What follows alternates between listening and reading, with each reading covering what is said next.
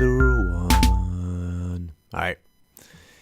Another one brought to me by Digin Norway, Azimut .v, or on TSX Venture. And look at that beast explode to the moon. Super far away from that 12-month moving average. And harsh landing. Gap up. Next month down. Never stay below the 12-month moving average. Nothing good happens from that. And down, look at that full retrace, or almost from that start. So it would have been such a shame that you would have ridden all this, and then after that just held down too much, and down it went. A little bounce back up with the commodity prices, I think, starting to climb up during those years, and after that, when the price of gold going down it went. But look at where we are today, penny stock land. But what is happening here? Here I have my monthly defined resistance. That's my last line of support until I reach this congestion area right here. Where is my support? Get out of the way. Here's my support. So that's the bigger range. But after that, you have a nice little range within that. It actually broke out right here. Or at these levels here. So 1, 2, 3, 4, 5, 6, 7, 8 months. Broke out. Continued. Broke out again above. More monthly defined resistance. Dropping back below. Buyers coming up. And now working its way to the next resistance level right there. All this to know that we're in an uptrend.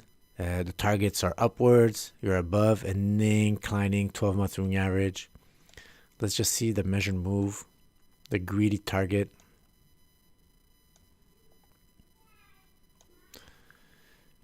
Add it to the breakout line.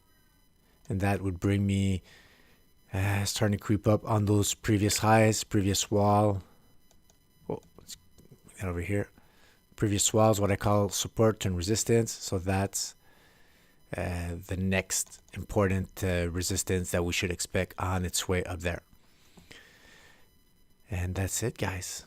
Even here, look at that smaller measured move.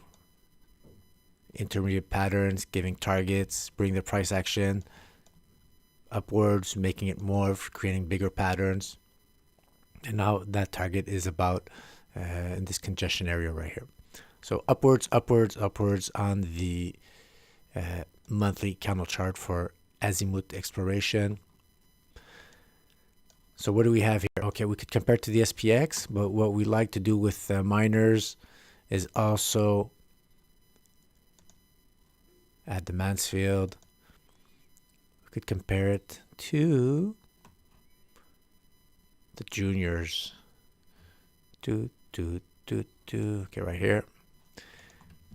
gdxj.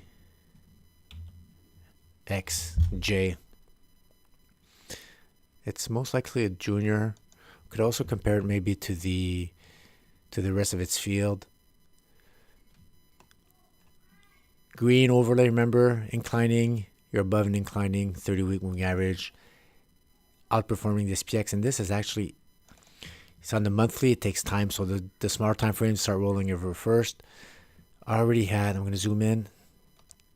Look at that volume, even here. Whoa, lots of volume here. Still below Ichimoku cloud defined resistance, so the sellers coming in, but you are breaking out above a base on a gap up. Lots of volume, and here is when you started having an inclining 30-week average, outperforming the SPX, outperforming the gold miners at the same time. Even check here. Check the big boys, even the big boys, same time. And are we outperforming gold futures? Everything at the same time. Check, check, check. So that's what's cool about the Mansfield. You want to outperform. And to know how you outperform, well, the Mansfield is going to tell you. So within 1 to 3 months, having a hard time here, you get a pullback.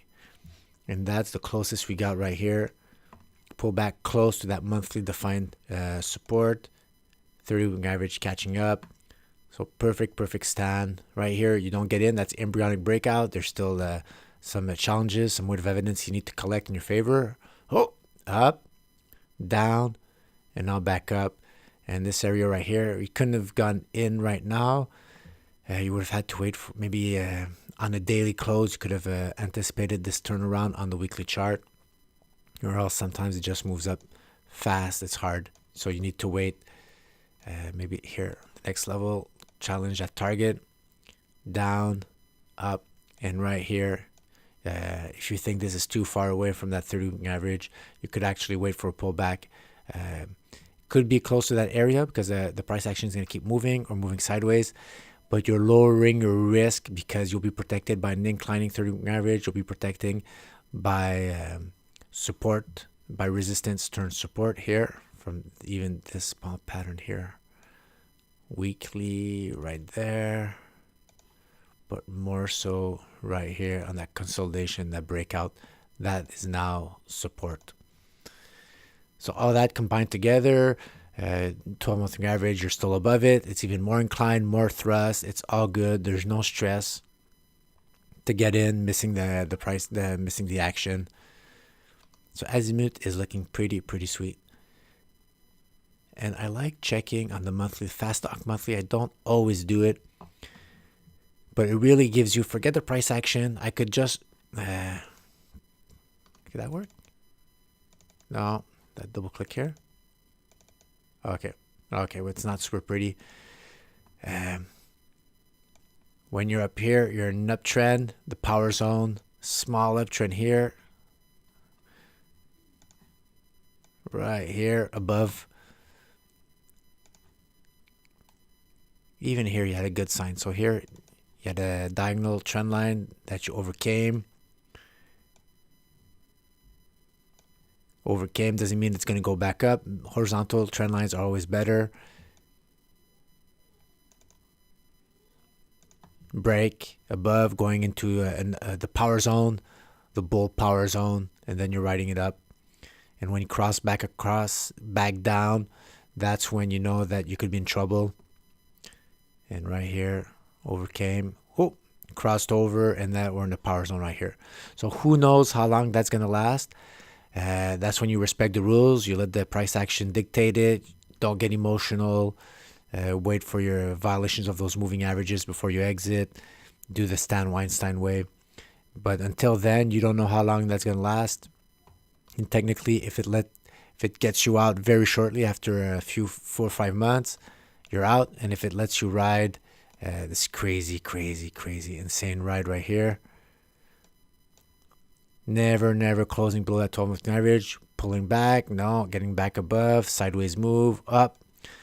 So that's what you want to live. That's what you're trying to hope, you're trying to get. Look at that, how it's staying in the power zone all that time. Never going back in negative territory, even through the halfway point, staying above. And here, look at the nice downtrend. So the fast stock on the monthly, man, it's really, I love it. Great oscillator to tell you what power zone you're in. Complements the weight of evidence. And it always feels reconfirming if I'm edging a stage 2 breakout and I'm going back across above into that upwards territory. I know I'm closer to continuing my breakout than could go sideways. I'm still in the stage 3. This type of action you see in the stage 3. You're staying in that middle zone. Can't quite make up your mind. But when you bust through, out you go. And sky is the limit, guys. So Diganori, thanks for that one. Azimut Exploration looks very nice. The volume was picking up. I think I scooted over that. But look at that volume right here on that initial breakout. Pull back, red volume, not quite ready. And then continuing on a strong breakout volume up. And then on that pullback, that's what you want to see, small volume. People saying, okay, take your profits. And after that, bam, another breakout out of this 3-4 weeks, sideways move, 5 weeks, and then crazy volume. So there's interest there. There's something up. It's a lot of strong green volume. And all All right, let's keep an eye on it for that pullback close to that 43 level, or even maybe lower 42 cents level. See if we could get a good entry there, guys. All right, that's it. Thanks for watching.